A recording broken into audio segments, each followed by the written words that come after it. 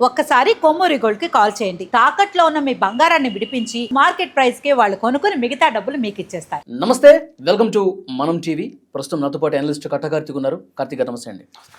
కార్తీక్ గారు, ఈ Iran Israel యుద్ధం అంటే చరిత్రలో ఎప్పుడూ ఊహించని విధంగా గల్ఫ్ దేశాలన్నీ కూడా చిగురుటాకులో వణికిపోతున్న పరిస్థితి. హర్మూజ్ జలసంధి ఇరాన్ అడ్డుకుంది. అట్నుంచి వచ్చేటువంటి ఆ చమురు నౌకలన్నీ కూడా 700కు పైగా ఆగిపోయినాయి, ఇటు రావట్లా.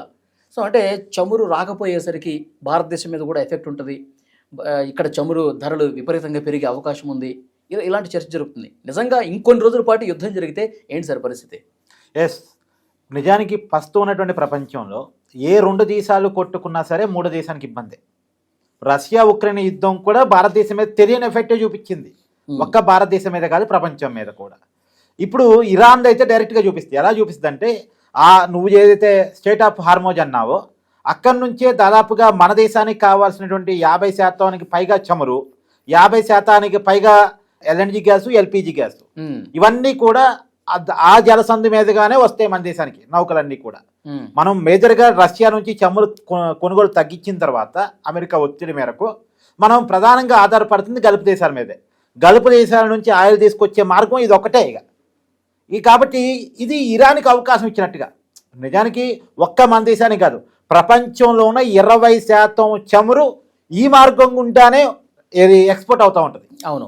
కాబట్టి ఇప్పుడు ఆ జలసంధిని ఇరాన్ మూసేయటం ఫలితంగా రేణిపోని ఇబ్బంది వచ్చి పడింది ఇప్పుడు ప్రపంచానికి. ఒక భారతదేశానికి కాదు, ప్రపంచానికి. ఇప్పుడు ఆల్రెడీ 80 ఉందనుకుంటా బ్యారెల్ ధర, $80 ఉంది.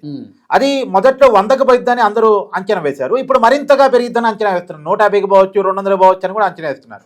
సరే, 200 పోయిద్దని నేనైతే చెప్పను, ఏదంటే అతి అంచనా అవుద్దేమో. కానీ 100కు పైగా దాటిపోయింది అంటే 100కు పోవటమే చాలా భయంకరం. 100కు పైగా అది బ్యారెల్ ధర దాటిపోయింది, $100 దాటిపోయింది అంటే మాత్రం ప్రపంచం మీద చాలా తీవ్రమైన ప్రభావం పడింది. ఇప్పుడు నిజానికి పైకి మనం ఎన్నైనా చెప్పొచ్చు. అమెరికా దగ్గర 4 నెలలు సరిపడా ఉంది, చైనా దగ్గర 4 నెలలు సరిపడా ఆయిల్, క్రూడ్ ఆయిల్ ఉంది ఆల్రెడీ, భారతదేశం దగ్గర 45 రోజులు సరిపడా ఉంది అనొచ్చు. కానీ ఎప్పుడైతే సప్లై తగ్గిపోయిందో డిమాండ్ ఏమి తగ్గదుగా. డిమాండ్ ఇప్పుడున్నట్టే ఉంటుంది, కానీ సప్లై ఆగిపోతూ ఉండి ఈ నిల్వలు కరిగిపోతూ ఉంటే ఆటోమేటిక్గా తెలియని ప్రెజర్ పడింది మార్కెట్ మీద. ఆ ప్రెజర్ పడింది అంటే ఖచ్చితంగా రేటు విలువ చాలా పెరిగే అవకాశం ఉంటుంది. వన్స్ మన దేశంలో పెట్రోల్, డీజిల్ ధరలు పెరిగాయి అంటే ఆటోమేటిక్గా కూరగాయలు, పండ్లు అన్నీ పెరిగిపోయేటువంటి అవకాశం ఉంటుంది. ఇప్పటికే ఎక్కువ ఉంది సార్ పెట్రోల్, లీటర్ $110 మీరు అన్నట్టు. కానీ అది 150, 200కి వెళ్ళిపోతుంది ఇంకొన్ని రోజులు యుద్ధం జరిగితే. అప్పుడు సామాన్యులు అసలు మనం అందరం కూడా బండ్ల మీద ఎట్లా పోగలమని చెప్పి అంటే నిజానికి ఇక్కడ ఆయిల్ మీద జిఎస్టీ లేదు, ఆయిల్ మీద పాత ట్యాక్స్ విధానమే ఉంది. దాని ఫలితంగానే పెట్రోల్, డీజిల్ విపరీతమైన రేట్లు పెరుగుతున్నాయి. ఇప్పుడు ప్రభుత్వాన్ని ట్యాక్సులు తగ్గించుకుంటుందా? కొరత వచ్చింది కాబట్టి, ఇబ్బంది వచ్చింది కాబట్టి తగ్గించుకోదు. ఆయిల్ కంపెనీలు ఏమైనా లాభాలు తగ్గించుకుంటే తగ్గించుకోవు. అంతిమంగా వినియోగదారుడు జేబుకి చిల్లు పెట్టడమే తప్ప ఆయిల్ కంపెనీలు మారు, ప్రభుత్వాలు మారు, సామాన్యులు మాత్రం కుదేలు కావాలి. సో ఇప్పుడు సామాన్యుడు కుదేలు అయ్యేటువంటి క్రమంలో అది కేవలం బైక్ రైడర్స్ మీదో, కార్ రైడర్స్ మీదో, లేదో వాహనాల మీద, ట్రాన్స్పోర్టేషన్ మీద ప్రభావం మాత్రమే ఉండదు. ట్రాన్స్పోర్టేషన్ మీద ప్రభావం ఉంది అంటే నిత్యావసరాల మీద ప్రభావం ఉంటుంది డెఫినెట్గా. ఇప్పుడు ఒక స్టేట్ నుంచి ఇంకో స్టేట్కి ఒక లారీ వచ్చింది అనుకోండి, దానికి డీజిల్ ఎంత ఖర్చు అవుద్ది, దాని మీద ఇప్పుడు రేట్లు పెరిగినాయి అనుకోండి, ఇక అవి తీసుకొచ్చే ఐటమ్స్ అన్నిటి మీద పడుతుంది కదా, పడిద్ది. రెండోది ఏంటంటే ప్రపంచవ్యాప్తంగా కూడా ఎగుమతులు, దిగుమతులు ఒకటి నౌకల ద్వారా జరుగుతుంటే, రెండేమో విమానాల ద్వారా జరుగుతుంటాయి. ఈ రెండు కూడా చాలా కాస్ట్లీ అయిపోతాయి. అవును. అంటే బయట దేశాల నుంచి వచ్చేటువంటి ఎగుమతులు, దిగుమతుల మీద కూడా ప్రభావం పడింది. కొరియర్స్ ఇవన్నీ కూడా అలాగే వస్తాయి కదా. సో వీటన్నిటి మీద ప్రభావం పడింది. తెలియకుండానే మన వ్యవస్థ డిస్టర్బ్ అయిపోద్ది. సో ఇప్పుడు నా ప్రశ్న ఏంటంటే, వ్యవస్థలు డిస్టర్బ్ అయ్యే పరిస్థితి వరకు ఇప్పుడు అమెరికా కానీ, వాటికి సపోర్ట్ చేసే దేశాలు కానీ, గల్ఫ్ కంట్రీస్ కానీ వేచి చూసే పరిస్థితి ఉందా? వాళ్ళు హర్మూజ్ను అడ్డుకున్నారని చెప్పి చేతులు కట్టుకొని కూర్చోరు కదా. అవసరమైతే ఇంకొన్ని బలగాలను అక్కడ మోహరించి అక్కడ ఫ్రీ మూవ్మెంట్ జరిగే విధంగా ప్రయత్నం చేసే అవకాశం కూడా ఉండొచ్చు కదా. అయితే ఇంకొక విషయం కూడా ఉంది. ఇప్పటికీ అక్కడ ఇందాక మీరు చెప్పినట్టు 700 నౌకలని కొంతమంది అంటున్నారు, 1000 నౌకలని కొంతమంది అంటున్నారు, క్లారిటీ లేదు. కానీ పెద్ద ఎత్తున అక్కడ నౌకలు పెరిగిపోయి ఉన్నాయి. ఇప్పుడు ఎంత బలగాలు మోహరించి దాన్ని క్లియర్ చేసినా సరే అవన్నీ రావటానికి 1 by 1 రావటానికి కూడా టైం పట్టింది. యాక్చువల్గా శాటిలైట్ వ్యవస్థ ద్వారా వచ్చేటువంటి సిగ్నల్స్ ఆధారంగా వస్తూ ఉంటాయి. ఇప్పుడు ఈ వారం రోజుల్లో క్లియర్ చేసేస్తే ఇబ్బంది లేదు, ఎందుకంటే అన్ని దేశాల దగ్గర 2 నెలలు 4 నెలలు సరిపడా నిల్వలు ఉన్నాయి కాబట్టి.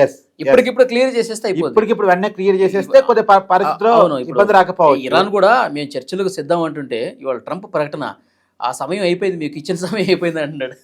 అంటే ప్రపంచం మూర్ఖుడి చేతిలో ఉంది, దురస్కారం ఏం చేయలేం కానీ అది. ఇరాన్ ఒక మూర్ఖత్వంలో ఉంది, ట్రంప్ మరొక మూర్ఖత్వంలో ఉన్నాడు. సో సమస్యను ఎక్కడైనా పెంచాలని చూడాలి తప్ప పెంచాలని చూడకూడదు. సో సమస్యను పెంచే పరిస్థితుల్లోనే ఉన్నాయి. అంటే నేను అగ్రరాజ్యం, నాకు ఇబ్బంది రాదు కదా, మిగతా వాళ్ళు ఏ ఇబ్బంది పడితే నాకేందని ట్రంప్ ఆలోచించుకుంటే అట్ట. అమెరికా ఆలోచన ఏంది, ఇరాన్ పూర్తిగా తన కనసన్నలోకి రావాలి, ఈ తాత్కాలికంగా అమెరికా వ్యవస్థకి ఏమైనా డిస్టర్బ్ అయినా సరే పూర్తిగా ఇరాన్ తన చేతుల్లోకి వచ్చిందంటే ఇరాన్లో ఉన్నటువంటి సహజ వాయువులన్నీ అమెరికా ఎత్తకపోయింది తర్వాత. ఇరాన్లో క్రూడ్ ఆయిల్ ఉంది, ఇరాన్లో ఎల్ఎన్జి గ్యాస్ ఉంది, ఎల్పిజి గ్యాస్ ఉంది, అనేక ఖనిజ నిక్షేపాలు ఉన్నాయి. ఇవన్నీ తన చేతుల్లోకి రావాలనేది అమెరికా ప్లాన్. రెండోది ఏంటంటే తనకి శత్రువుగా చైనా ఎదుగుతుంది ఆర్థికంగా. చైనా ఎప్పటికీ అందుకోలేని పరిస్థితులు అమెరికా ఉండాలని.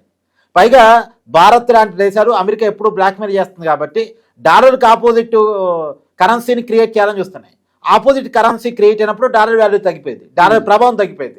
డాలర్ ప్రభావం తగ్గిపోయినప్పుడు అమెరికా ఏం చేయాలి, ప్రపంచంలో ఉన్నటువంటి ఖనిజ నిక్షేపాలని తన చేతిలో ఉంచుకోగలిగితే అప్పుడు మళ్ళీ డాలర్ని స్ట్రెంథెన్ చేసుకోవచ్చు. సో అందుకని అమెరికా ఆలోచిస్తుంది. నిజానికి ఈ యుద్ధానికి అమెరికాకి సంబంధం లేదు. ఇరాన్ తన రక్షణకి ఇరాన్ ఇబ్బందిగా ఉందనే కారణం చేత ఇజ్రాయెల్ దాడి స్టార్ట్ చేసింది. అవును, ఇది కేవలం ఇరాన్ వర్సెస్ ఇజ్రాయెల్ సమస్య. దీంట్లోకి ఇజ్రాయెల్ నా ఫ్రెండ్ అనేటువంటి మాట చెప్పి అమెరికా ఎంటర్ అయింది. కానీ అసలు కోణం ఏంటి, ఈ పేరుతో ఇరాన్ తన చేతిలో తీసుకుందామని. అవును, అక్కడ ఉన్నటువంటి సహజ వనరులన్నీ కూడా దోచుకోవాలండి. ఇప్పుడు వెనిజులా కూడా అంతే కదా. అవును అవును. ఇప్పుడు అమెరికా ఏ నీతి చెప్పినా సరే, తీవ్రవాదం అని నేను వచ్చాను, లేదు వాళ్ళు అణ్వాయుధాలు తయారు చేస్తున్నారని నేను వచ్చాను, ఇవన్నీ చెప్పినా మనం నమ్మడానికి సిద్ధంగా లేవు. ఎందుకు నమ్మడానికి సిద్ధంగా లేవంటే మరి పక్కనే ఉన్న పాకిస్తాను అణ్వాయుధాలు తయారు చేస్తుంది, వాళ్ళకి ఎరతి వాచి పరుస్తాడు ట్రంప్. అసలు పాకిస్తాన్ కంటే టెర్రరిస్ట్ కంట్రీ లేదు, మునీర్ని వైట్ హౌస్ లో పిలుస్తాడు.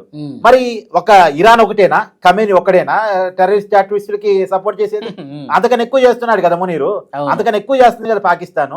నువ్వు ఇరాన్ మీద ఎందుకు పడ్డావంటే పాకిస్తాన్ నువ్వు అడగకుండా ఇచ్చేస్తుంది, ఇరాన్ ఇవ్వడానికి సిద్ధంగా లేదు ఖనిజ వనరులు, కాబట్టి ఇరాన్ మీద పడ్డావు. కాబట్టి ప్రపంచంలో నాకు ఎవడు ఎదురు ఉండకూడదు అన్నదే కనిపిస్తుంది అమెరికాకి. అంటే అమెరికా అదేమో ఆధిపత్య ధోరణి, ఇజ్రాయెల్ దేమో రక్షణ వైఖరి, ఇరాన్ దేమో మొండి వైఖరి.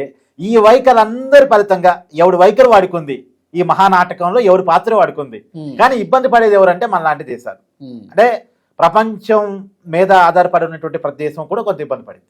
ఇప్పుడు మనం అసలు రష్యా దగ్గర చమురు కొనుగోలు తగ్గించుకోకుండా ఉన్నట్టు ఈ బాధ వచ్చేదే కాదు, మనమే అక్కడ తగ్గించుకొని ఉన్నాం. తగ్గించుకోకపోతే ఈయన ఊరుకోవట్లేదు కదా. ఇప్పుడు నీకు వాస్తవం చెప్పనా, ఇప్పుడు రష్యా దగ్గర చమురు కొనుగోలు ఆపాలని ఎవరెవరు డిమాండ్ పెట్టారు, బ్రిటన్ కావచ్చు అమెరికా కావచ్చు డిమాండ్ పెట్టారు కదా. ఇప్పుడు ఈ కొరతతోటి బ్రిటన్ కొనుక్కుంటుంది రష్యా దగ్గర, ఇప్పుడు మళ్ళా బ్రిటన్ పోయి కొనుక్కుంటుంది. అమెరికాకి సపోర్ట్ గా ఉండే బ్రిటన్ పోయి కొనుక్కుంది, మనం తగ్గించుకొని ఉన్నాం. ఇప్పుడు మనకు అమ్మమన్నా అమ్మడు, ఎందుకంటే అక్కడ డిమాండ్ వచ్చిన వాడికి, రష్యాకి ఇప్పుడు డిమాండ్ వచ్చింది. సో చూద్దాం నెక్స్ట్ పరిణామాలు ఎట్లా ఉంటాయి అనేది. సో అసలు యుద్ధం ముందుందని చెప్పి ట్రంప్ ప్రకటనల మీద ప్రకటనలు చేస్తున్నాడు. ఈ హార్ముజ్ జలసంధి ఇంకెంతకాలం మూతపడి ఉంటుంది, ఎప్పుడు ఓపెన్ అవుద్ది, ఆ ప్రభావం ఎట్లా ఉంటుంది రాబోయే కాలంలో తెలుస్తుంది. మళ్ళీ మాట్లాడదాం. Thank you very much Karthik గారు.